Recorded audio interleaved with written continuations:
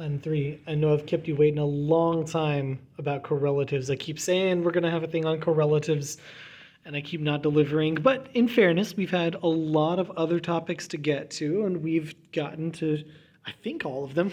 Let's hope. So that's good, right? But I do want to get to correlatives before we start the next quarter because when we read Catullus, we're going to see a bunch of correlatives. Catullus loves correlatives, so I want to make sure that they are a thing that we address. So here's the word I keep saying, correlatives. All right, I've been saying it over and over and over again. Looks like relatives with the co in front of it, because that's what it is, correlatives. We're talking about words that correlate, okay? And, some of these are actually things that you have in fact seen before and really aren't very hard to deal with, like these ones here, right? This is a real simple set of correlatives. So, you sometimes you see two ets in a sentence, and instead of simply translating them as and, you're going to translate et as both and. Or you might see well as either or you might see out meaning either or we've definitely seen neck or the slightly expanded nequa meaning neither nor, right? Because nequa means and not, and so when you have two and nots, it's neither nor. And those don't really require a whole lot of explanation as long as you know to translate, neck is neither nor instead of and not, it'll be right. In fact, even if you did translate it as and not, it would still be right. It would just sound more awkward. Same with et. If you don't translate it as both and you translate it as and, it's still going to be right. It's just going to not sound like what we would actually say in English. So, check out a couple of examples of this. These are not super complex. So what that says up there at the top is Luribam cum et Luca et Leia. So I was playing with both Luke and Leia. Now, really and truly, you don't need correlatives to express this idea, right? I could just say I was playing with Luke and Leia. But by using the correlatives, I can really emphasize the both and nature of it, which sometimes, rhetorically a writer wants to do. Right, and I put up another example, and I didn't use all the examples that I showed you a moment ago, but I did put up another sentence here where it says Leia nekitaram nek trombonum. I know I'm being a little loose with my translation of instruments here, but yeah, bear with me. So what that says, sort of at least, is Leia likes neither the guitar nor the trombone. All right. That's what my neck is doing there. It's neither nor. She likes neither the guitar nor the trombone. And like I said, I know I'm being loose. I'm using an ancient word that is not the same as a guitar, but it's also where we get the word guitar, right? And then I'm using the modern word trombone with just an accusative ending on it. But I don't want to use tuba, which would be like the ancient one, which is, let's not worry about that.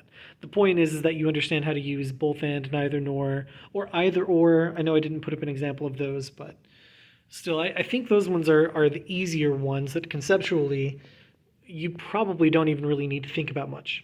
However, what we've seen a lot less of are correlatives like these ones, all right?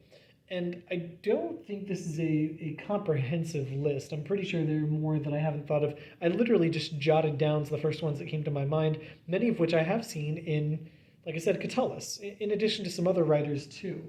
So Tom and Quam, Tantus Quantus, Talus Qualis, Tot Quat, Tum and Cum, quite a few of these words you guys recognize from result clauses, right?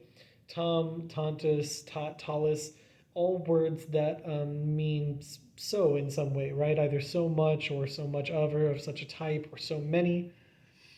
But the words that start with Q here are words that correspond to those, right? Where, Tom might be so greatly, quam is how greatly. Where tantus is so great, quantus is how great. Where talus is of such a kind, qualis is of what kind. And tot, whereas that is how many, or sorry, so many, quat is how many, right?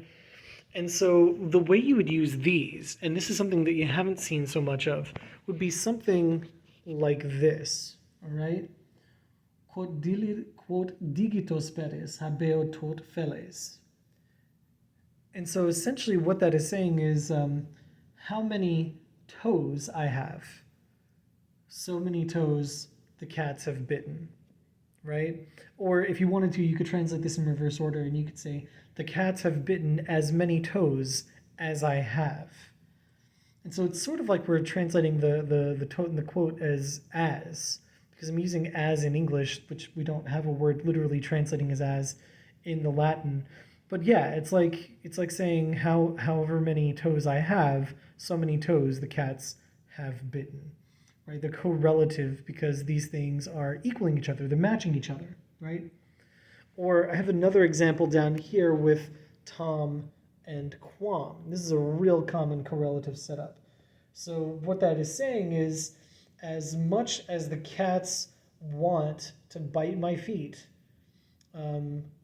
so much I want to sleep. Or as, again, you could say it in reverse order, as badly as I want to sleep, do the cats also want to bite my feet, right? Again, these things correlate. They kind of go together with each other. I have one more example over here that I did with tantum and quantum. So however much money we have, or as much money as we have, we give or we spend on behalf of the cats to buy them food. So, right? And again, there's kind of like this equaling going on. That's why these correlate. However much money we have, we spend on cat food. It's actually not true. The cats are pretty easy to buy food for. They're little. Even when they really gobble it down, they don't eat that much. But yeah, that's how correlatives work. That's what they're doing. It's the kind of thing that it's not that hard to do when you're used to looking for it. When you have like seen it enough times that you recognize, oh, I got a Quam here and a Tom there. I'll bet these sentences correlate. But we will get that experience. So now you know they exist. Now you know what they are. And when we see one in Catullus, I'm going to say, oh, look, there's one of those correlatives. Y'all remember that video? And some of you are going to be like, oh, yeah, I remember that video. And others are going to be like, yeah, I definitely remember that video. The best part is the people I'm teasing here will not have seen the video and won't know that I've teased them. This is for the benefit of the rest of us, the ones who get it. So hopefully there won't be anybody that teasing applies to because you will have all watched it. And of course, if you watched it and don't understand or you want more examples, or if you just need me to explain it better than I did already, ask. Always ask, all right? Hit me up with a comment somewhere in the G class, and I will see you guys later. Bye.